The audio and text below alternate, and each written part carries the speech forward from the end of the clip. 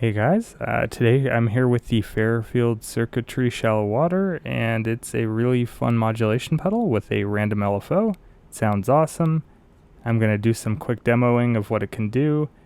Let's get started. To get started, I'm going to use the Red Panda Tensor here to record a loop. It's going to be kind of inspired by the Habane Remini series, and we'll give that a go. I just got a violin patch going here on the wave state. It'll sound pretty cool.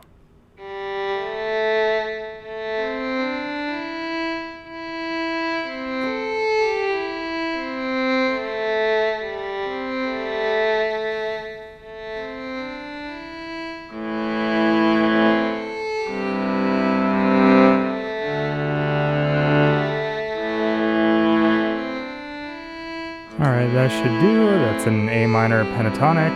Sounds really cool. Let's engage the pedal, and let's hear those wiggles. And that is what made me fall in love with this pedal. It's just fantastic. It gives you the tape warble without the delay. It also gives you a low-pass filter that's envelope controlled. You can set some extra parameters with that by opening the back of the pedal and tweaking a knob. I haven't done that. This is all default. I do have a 6 dB pad enabled, and I have the boost turned off. I'll show you the internals of the pedal at the end of this, because it's a really pretty pedal on the PCB side.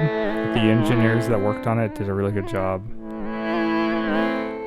Alright, let's go over some of the controls. So I have the depth all the way up, I have the mix all the way up, so it's become a vibrato. And dampening control kind of controls how the waveform, how tight it is. We'll get into that a little bit. Let's go over the low pass filter, which again is envelope controlled. If I bring it down, you can hear the envelope kicking in and out. I'll stop talking for a second.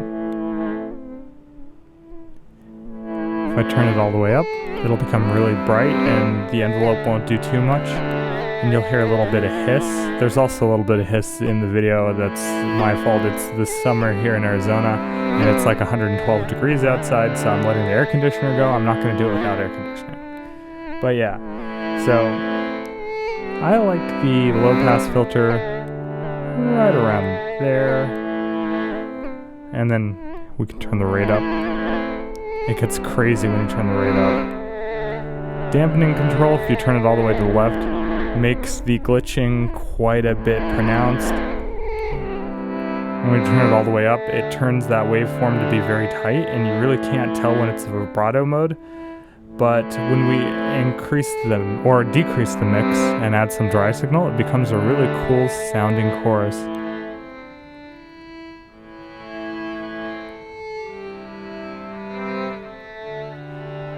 Turn up the volume a little for that. So yeah, it becomes kind of a chorus.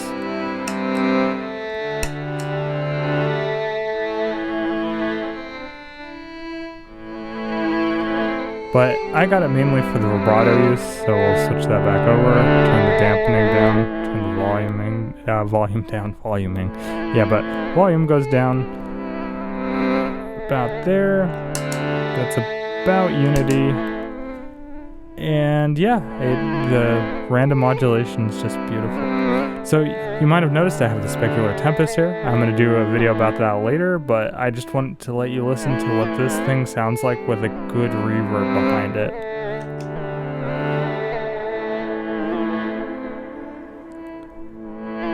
Turn the rate down a little here, a little less dampening, a little less depth there. And I think that's gorgeous and really shows what you can do with the shallow water. I've been looking for a pedal to do this kind of modulation for a very long time. The Strymon Deco comes very close, but that's more of a chorus and flanger. I think that does chorus and flanging way better than this can, and this does the tape vibrato thing way better than the Deco can. So it's not really overlap in my opinion. But yeah, it sounds great. I'm just so excited to show off what it can do.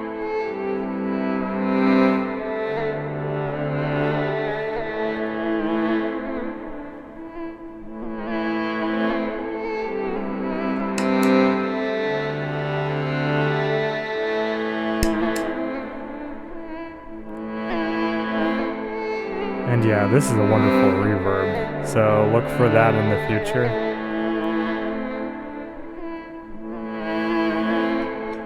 Anyway, thanks for watching, and I hope that helps somebody out about the Shallow Water, and it really does sound great on synths. I almost forgot to add what the pedal looks like on the inside, so here's some shots, or one shot of what the pedal looks like. It's actually fantastically laid out, so as an electrical engineer, I just want to comment on how good this looks. It really uses the PCB and the size of the case very well, and I just like the components they chose. They chose some very high quality Vemma capacitors, German-made capacitors. I don't know who the blue ones are. I don't know the logo. I think those might be whoever Siemens turned into for capacitors. And the electrolytics are definitely Nuchicon caps. So they picked some nice capacitors. They got a cool microcontroller, just a PIC microcontroller doing the random LFO on this. And yeah, they have a cool audio bucket brigade device.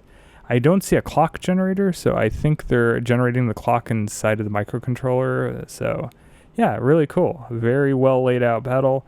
Very high quality components from what I can see. The switch, the bypass switch, is also one of the nicest feeling mechanical bypass switches I've ever felt. So yeah, great device. Very well built.